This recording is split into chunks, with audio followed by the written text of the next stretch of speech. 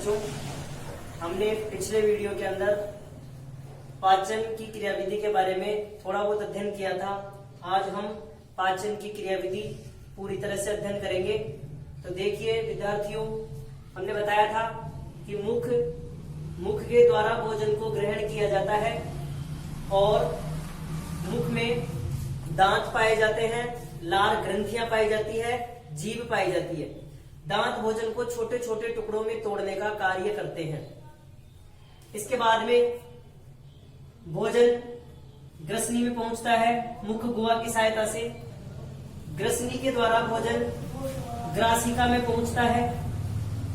ये ग्रासिका 25 सेंटीमीटर लंबी नली होती है जो भोजन को ग्रसनी से आमाशय तक पहुंचाने का कार्य करती है।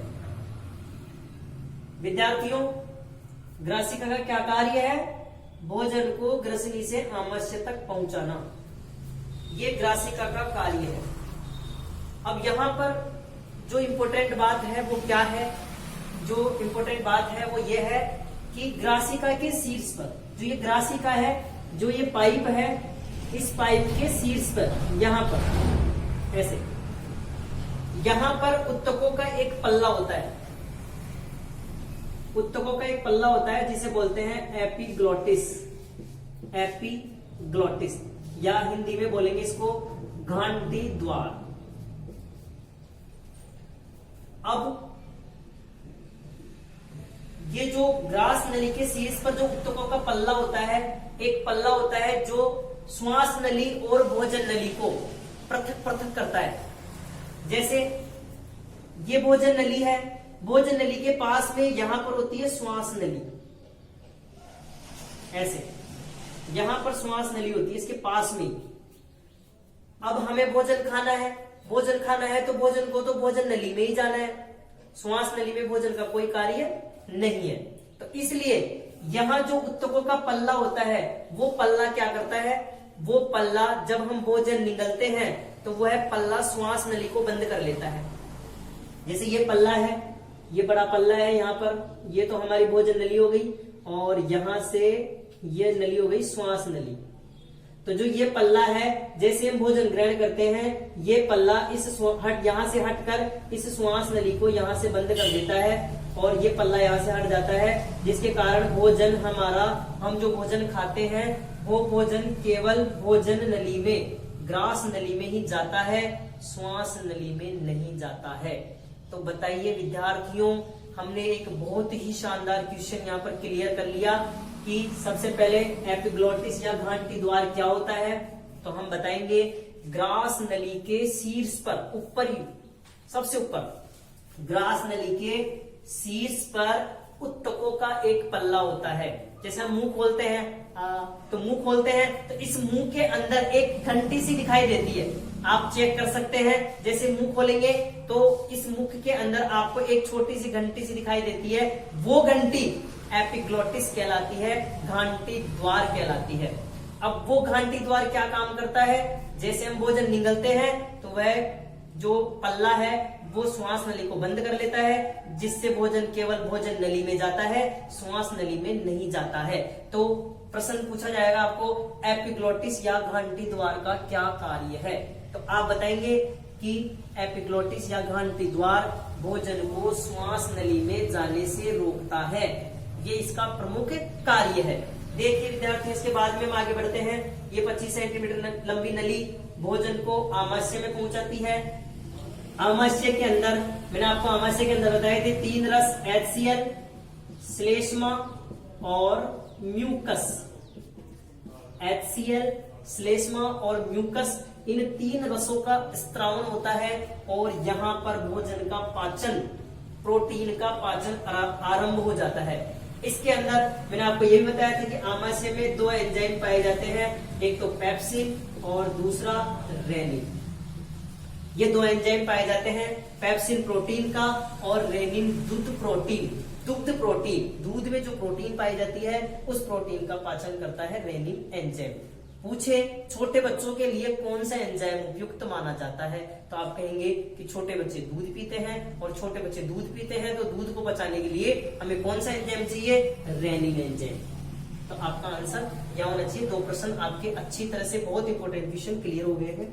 इसके बाद में भोजन आमाशय में 3-4 घंटे शेष रहता है यहाँ पे। इसके बाद में भोजन छोटी आंत में प्रवेश करता है। जैसे ही भोजन छोटी आंत में प्रवेश करता है, छोटी आंत के इस ग्रहणी भाग में, छोटी आंत के 3 भाग बताए थे, ग्रहणी, अग्रशुद्रांत और शुद्रांत। तो छोटी आंत के इस ग्रहणी भाग में प्रवेश करता है। जैसे ही भोजन इस ग्रहणी में प्रवेश करता है, अग्नाशय ग्रंथि अपना पाचक रस इसमें डालती है। अग्नाशय ग्रंथि अग्नाशयी रस का स्रावण करती है, अग्नाशयी रस छोड़ती है, जिसमें विभिन्न एंजाइम होते हैं जो भोजन का पाचन करने में मदद करते हैं। जैसे लाइपेज एंजाइम है, माल्टोज एंजाइम है, लैक्टोज एंजाइम है। ये एंजाइम होते हैं जो भोजन के पाचन में मदद करते हैं। जैसे ही भोजन इस ग्रहणी भाग में आता है, अग्नाशय ग्रंथि अपना स्राव डालती है, यकृत ग्रंथि अपना स्राव डालती है, और छोटी आंत, जो ये छोटी आंत है, इस छोटी आंत की दीवारें भी, इस छोटी आंत की दीवारों से भी एक रस का स्रावण होता है, जिसे हम बोलते हैं आंत्रीय रस। मतलब यहां इस भाग में 3 रसों का स्त्रावण हो रहा है। कैसे? अग्नाशय ग्रंथि ने अपना स्त्राव डाला पाचन करने के लिए, यकृत ग्रंथि ने अपना स्त्राव डाला, छोटी आंत खुद एक स्त्राव छोड़ती है। तो 3 प्रकार के स्त्राव मिलकर यहां पर भोजन का पाचन करते हैं। तो आपको पूछा जाए कि भोजन का सर्वाधिक पाचन, सबसे ज्यादा पाचन किस अंग में होता है, तो आप बताएंगे छोटी आंत में। किसमें बताएंगे विद्यार्थियों? छोटी आंत में। क्यों होता है वो मैंने आपको बता दिया कि यहाँ पर 3 प्रकार के रस भोजन पर अटैक करते हैं और भोजन का पाचन करते हैं। आपको पूछे कि छोटी आंत के किस भाग में होता है, तो आप नाम देंगे ग्रहणी, इस भाग में होता है। ठीक है विद्यार्थियों, तो भोजन का पाचन यहाँ पर सबसे ज्यादा होता है छोटी आंत में। छोटी आंत के कौन से भाग में पूछे, तो ग्रहणी में। इसके बाद भोजन इस कुंडली नुमा नली में प्रवेश करता है। इस कुंडली नुमा नली जिसको हम बोलते हैं अग्रशुद्रांत। अब इसमें क्या काम होता है, इसका क्या कार्य होता है अग्रशुद्रांत का? भोजन का पाचन यहाँ पे हो गया। अब भोजन का क्या करना है? अब भोजन का करना है हमें अवशोषण। भोजन का जो रस बन गया, यहाँ पर भोजन इस तरह से पच जाता है कि भोजन का एक प्रकार से रस बन जाता है। उस रस का अवशोषण करना है और उस रस को हमें रक्त को सौंपना है, रक्त नलियों में डालना है, और रक्त हमारे पूरी बॉडी में विचरण करता है, सारे शरीर में घूमता है, सभी कोशिकाओं से जुड़ा हुआ होता है। तो सभी कोशिकाओं को भोजन उपलब्ध करवाता है रक्त। तो देखिए विद्यार्थी, यहाँ बताऊंगा मैं आपको कि किस प्रकार से रक्त भोजन का अवशोषण भोजन को लेकर जाता है और संपूर्ण कोशिकाओं तक पहुंचाता है।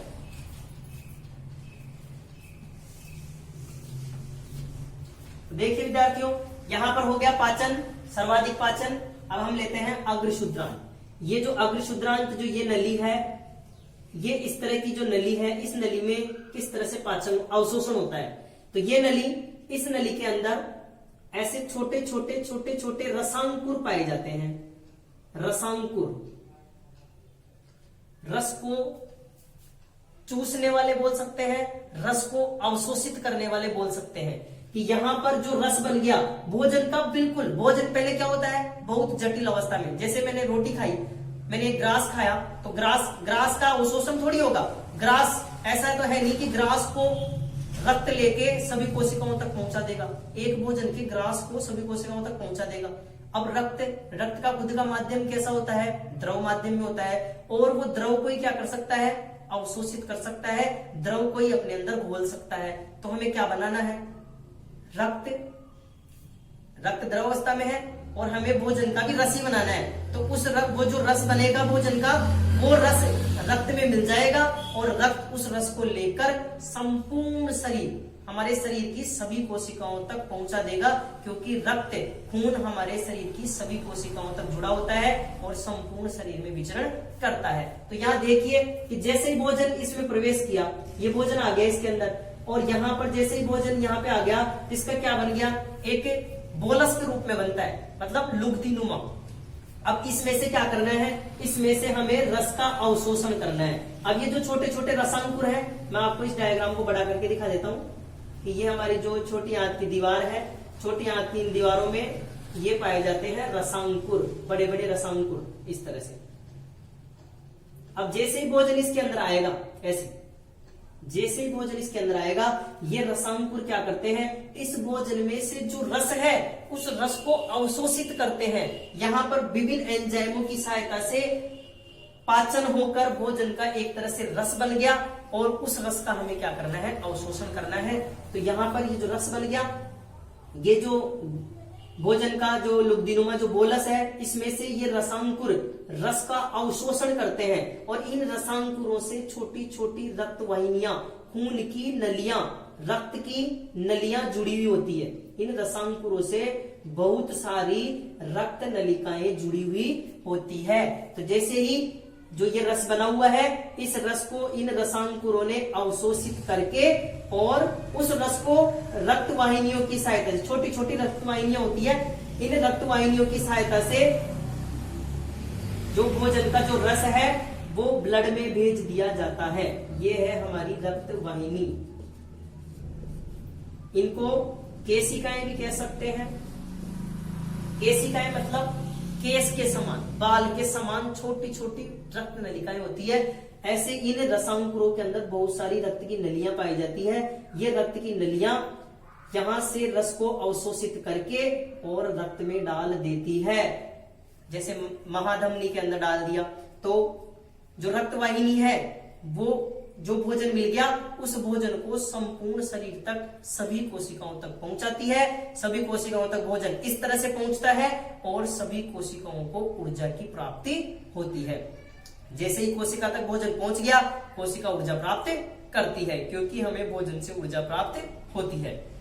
तो यहां पर क्या हुआ, ग्रहणी के अंदर सर्वाधिक पाचन, अग्र शुद्रांत के अंदर सर्वाधिक अवशोषण, जो भोजन का रस बना है उसका अवशोषण अग्र शुद्रांत के अंदर हुआ है। ये जो 7 से 8 मीटर जो लंबी नली है, छोटी आंत, इसमें ही भोजन का अवशोषण होता है। अब आप प्रश्न बन गया यहाँ पे कि भोजन का सर्वाधिक अवशोषण किस अंग में होता है, तो आप कहेंगे छोटी आंत में। पूछा जाए छोटी आंत के किस भाग में, तो आप कहेंगे अग्र शुद्रांत में। ठीक है विद्यार्थियों, हमने यहां पर पाचन की सर्वाधिक पाचन ग्रहणी में, सर्वाधिक अवशोषण अग्र शुद्रांत में। कैसे हुआ कि यहां पर रस बन गया, इस रस में यहां पर बहुत से रसांकुर होते हैं जो इसमें से, भोजन में से उस रस को चूस करके, रस का अवशोषण करके रक्त वाहिनी में डाल देते हैं। रक्त वाहिनी संपूर्ण शरीर में पहुंचा देती है भोजन को। ठीक है, इसके बाद में रस अवशोषित हो गया।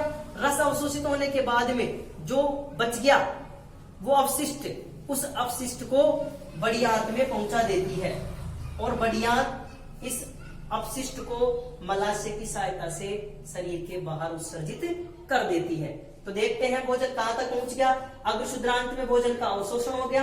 अवशोषण होने के बाद भोजन पहुंचता है इस भाग में, छोटी आंत के इस भाग में, जिसका नाम है शुद्रांत। अब शुद्रांत क्या काम करता है, देखिए, ग्रहणी में सर्वाधिक पाचन हो गया, अग्र शुद्रांत में सर्वाधिक अवशोषण हो गया। अब शुद्रांत का क्या कार्य है, शुद्रांत का कार्य है पित्त व विटामिनों का अवशोषण करना। यकृत ग्रंथि जो पित्त रस छोड़ती है, यकृत ग्रंथि एक रस छोड़ती है जिसका नाम है पित्त रस, और भोजन में जो विटामिन होते हैं, विटामिन, इन विटामिनों का और इन पित्त रस का अवशोषण कहां होता है, शुद्रांत में। तो एक प्रश्न यहां पर यह भी बन गया कि पित्त लवण और पित्त रस या विटामिनों का अवशोषण कहां होता है, तो हम बताएंगे शुद्रांत में, छोटी आंत के शुद्रांत भाग में। अब भोजन इस शुद्रांत की सहायता से इस बड़ी आंत में पहुंचता है, जो ये उल्टे यू आकार की जो ये नली है, इस नली में पहुंचता है। अब इस नली में भोजन पहुंचता है तो सबसे पहले बड़ी आंत के जिस भाग में पहुंचता है उस भाग का नाम है अंधनाल। अंधनाल, अब अंधनाल के अंदर क्या होता है, अंधनाल के अंदर एक, अंधनाल के प्रथम सिरे पर, ये अंधनाल, ये वाला जो भाग है, ये वाला भाग अंधनाल कहलाता है। इसको किस तरह से डिफाइन करेंगे? हम डिफाइन करेंगे कि बड़ी आंत का, ये बड़ी आंत का भाग है, बड़ी आंत का वह भाग जो छोटी आंत के क्षुद्रांत भाग से जुड़ा होता है अंधनाल कहलाता है। अंधनाल के अंतिम सिरे पर, ये जो प्रारंभिक सिरा है जहां से स्टार्ट हो रही है, यहां से इस सिरे पर एक नली के आकार का अंग निकला रहता है। अब ये अंग क्या काम करता है?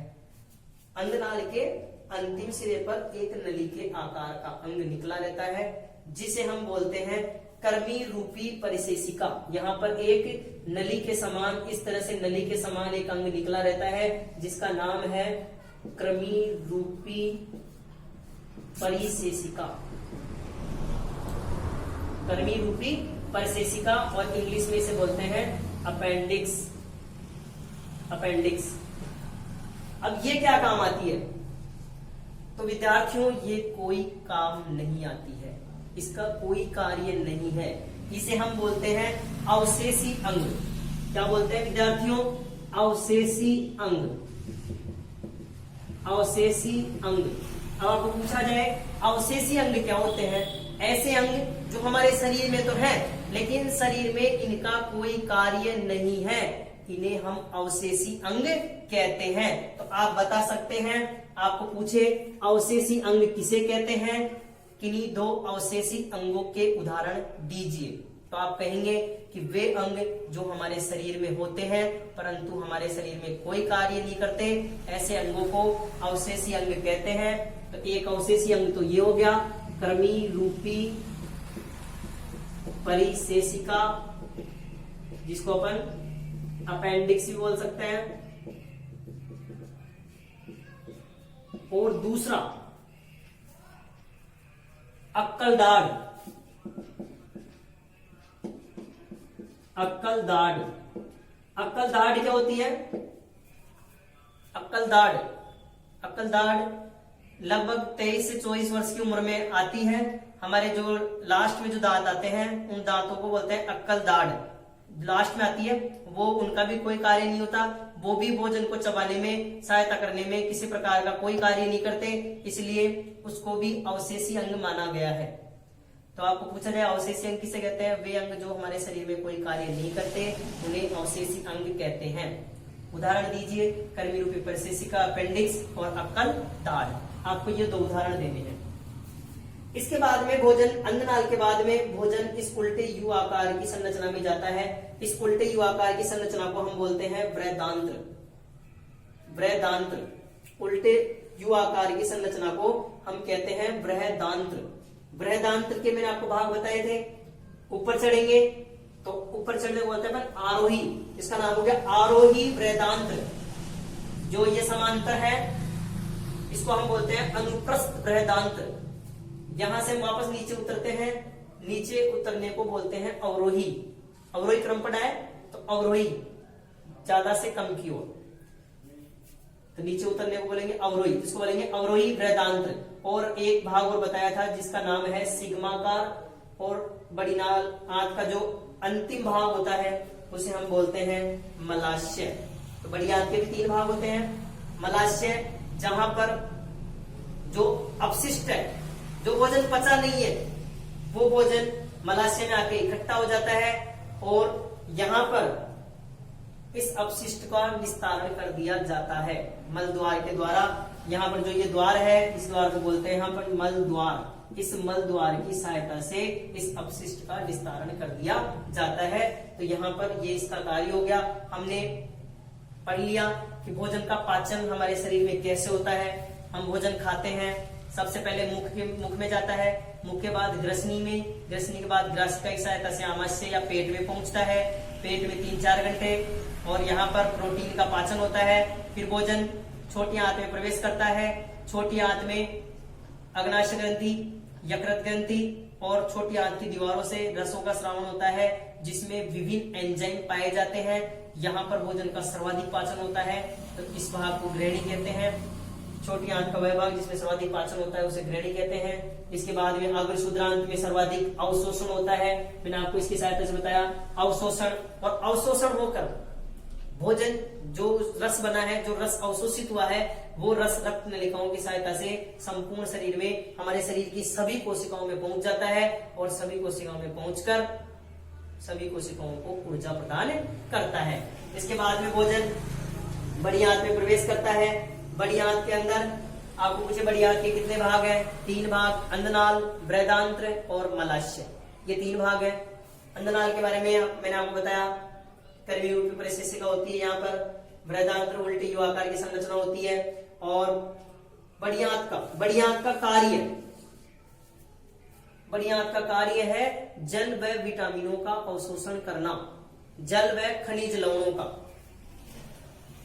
देखिए मैं लिख देता हूं, बड़ी आंत का कार्य, बड़ी आंत का कार्य जल व खनिज लवणों का अवशोषण करना। यानी जो भोजन पचा नहीं है, उस भोजन में जो जल है, वाटर, और जो ये खनिज लवण बच गए हैं, उनका अवशोषण करने का कार्य बड़ी आंत का होता है। दूसरा कार्य अपशिष्ट का निस्तारण करना, ये भी बड़ी आंत का ही कार्य है। पूछा जाए आपको बड़ी आंत के 2 कार्य लिखिए, जल व खनिज लवणों का अवशोषण करना और जो अपचित भोजन है उसको मलाशय के द्वारा बाहर उत्सर्जित करना या अपशिष्ट का निस्तारण करना, ये कार्य हो गया बड़ी आंत का। तो हमने पाचन के अंदर पढ़ा क्या? पाचन तंत्र के अंदर क्या पढ़ा? पाचन तंत्र के अंदर हमने पढ़ा कि हमने भोजन खाया, उस भोजन का विभिन्न एंजाइमों की सहायता से उस भोजन का रस बना और उस रस का अवशोषण हुआ, रस को रक्त वाहिनियों के द्वारा शरीर के सभी अंगों में पहुंचाया गया। यानी हमें मुख्य रूप से करना क्या है इसमें? हमें मुख्य रूप से भोजन का रस बनाना है। जैसे ही भोजन का रस बन जाएगा, विभिन्न एंजाइमों की सहायता से भोजन का रस बन जाएगा, तो उस रस को हम अवशोषित करके रक्त वाहिनियों में डाल देंगे और रक्त वाहिनियां संपूर्ण शरीर में हम जो भोजन खाएंगे उस भोजन को संपूर्ण शरीर में पहुंचा देगी और संपूर्ण कोशिकाओं को, शरीर की सभी कोशिकाओं को ऊर्जा की प्राप्ति हो जाएगी। तो इस तरह से हमें यहाँ पर ये पढ़ा। तो मैं आपको पाचन की परिभाषा बताता हूं कि पाचन होता क्या है, पाचन में हमने किया क्या है। आपको इतना याद रखना है कि पाचन में हमें केवल भोजन का रस बनाया है। किसकी सहायता से बनाया है? एंजाइमों की सहायता से, विभिन्न एंजाइमों की सहायता से हमने भोजन का रस बनाया है। भोजन को सरल अवस्था में बनाया है, घुलनशील अवस्था में बनाया है। घुलनशील का मतलब ताकि रक्त में आसानी से घुल जाए और रक्त संपूर्ण शरीर में भोजन को पहुंचा। सरल व घुलनशील अवस्था में बदलने की क्रिया को पाचन कहते हैं। दोबारा बताता हूं आपको, हमने भोजन खाया, क्या बनाया? रस। किसकी सहायता से? एंजाइमों की सहायता से। रस क्यों बनाया? रस का मतलब है सरल व घुलनशील। सरल अवस्था में बदल गया भोजन। हमने रोटी का इतना बड़ा टुकड़ा खाया और उसको बिल्कुल छोटे छोटे टुकड़ों में तोड़ते हुए बिल्कुल उसका रस बना दिया ताकि वो रक्त में आसानी से घुल जाए और बिल्कुल सरल अवस्था में बदल जाए। तो ठीक है, तो विद्यार्थियों में आपको पाचन की परिभाषा लिखवा रहा हूं कि विभिन्न एंजाइमों की सहायता से भोजन को सरल व घुलनशील अवस्था में बदलने की क्रिया को पाचन कहते हैं। तो देखिए विद्यार्थियों,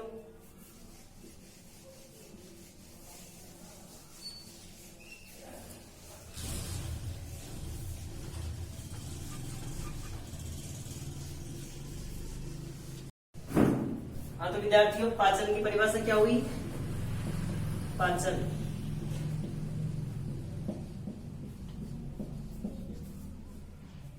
विभिन्न एंजाइमों की सहायता से,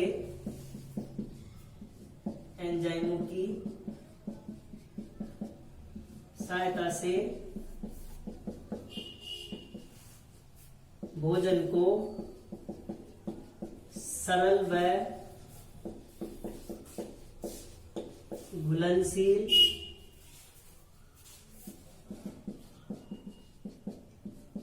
अवस्था में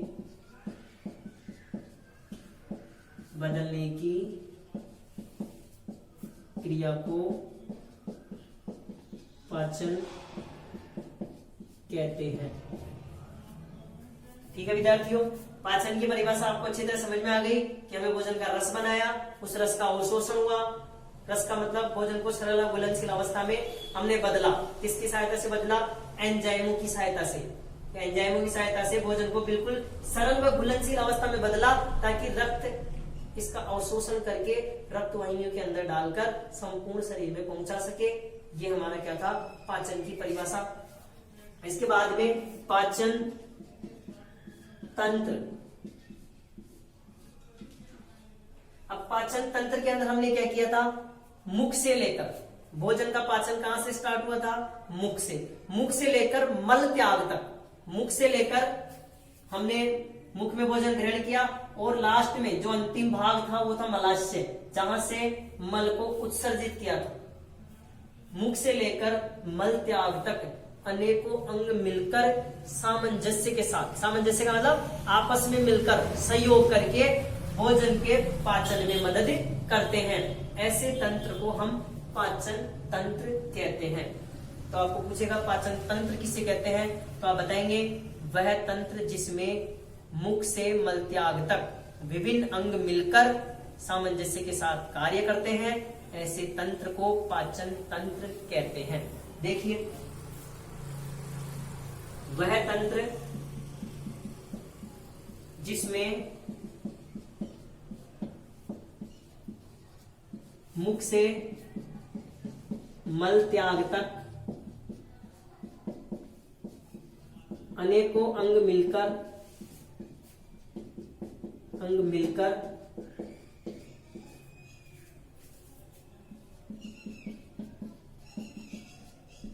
सामंजस्य के साथ कार्य करते हैं।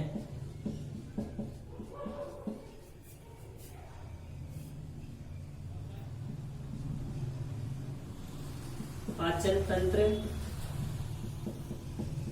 कहलाता है। पाचन तंत्र मुख से स्टार्ट होता है और मल त्याग तक जाता है। तो इसमें मुख से लेकर मल त्याग तक विभिन्न अंग मिलकर सामंजस्य के साथ कार्य करते हैं। ऐसे तंत्र को हम पाचन तंत्र कहते हैं। इसके बाद में हमारे पास जो टॉपिक आता है वो आता है आहार नाल। आहार नाल, आहार नाल क्या होती है, कहां से प्रारंभ होती है? आहार नाल का मतलब है भोजन की नाल, जहां से भोजन प्रवेश कर रहा है और जहां भोजन का उत्सर्जन हो रहा है, अपशिष्ट भोजन का, उस नली को मुख से लेकर मल त्याग तक जो नाल है, जो नली है, उस नली को हम आहार नाल कहते हैं। यहां से मुख से लेकर और यहां से ये नली गई और यहां से बड़ी आंत के साथ जुड़ गई।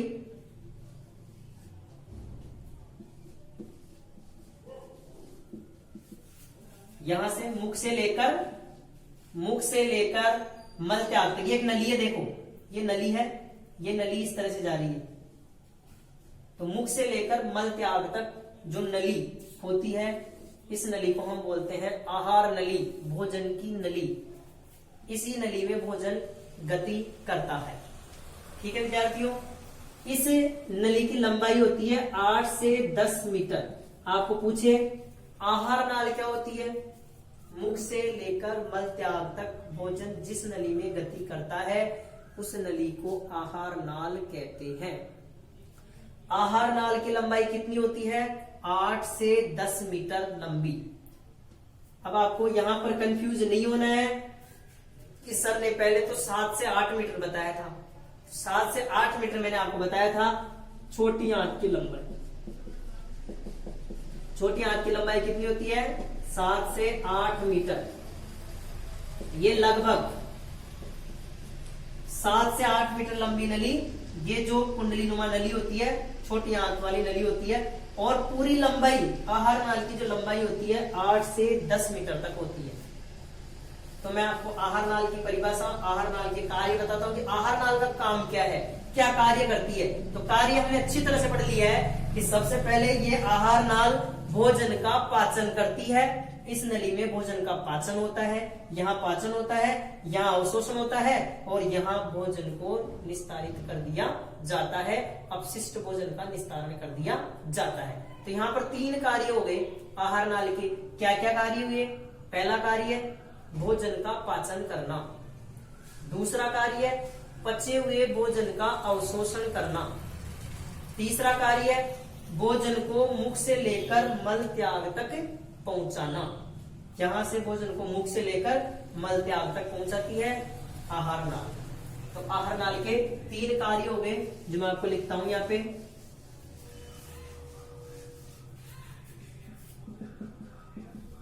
आहार नाल को भोजन नाल या पोषण नाल भी कहते हैं, पोषण नाल भी कहते हैं।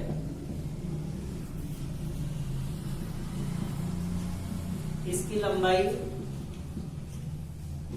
8 से 10 मीटर होती है। आहार नाल के 3 कार्य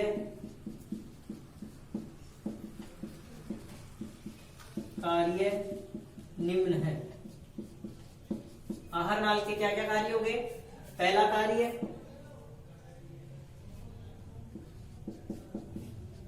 भोजन का पाचन करना। सबसे पहले तो आहार नाल ने क्या कार्य किया? भोजन का पाचन किया। दूसरा पचित भोजन का अवशोषण करना। तो भोजन पच गया है उसका अवशोषण भी आहार नाल ही करती है, अग्र शुद्रांत में होता है। तीसरा भोजन को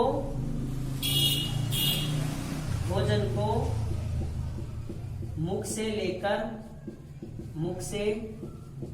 लेकर मल त्याग तक पहुंचाना।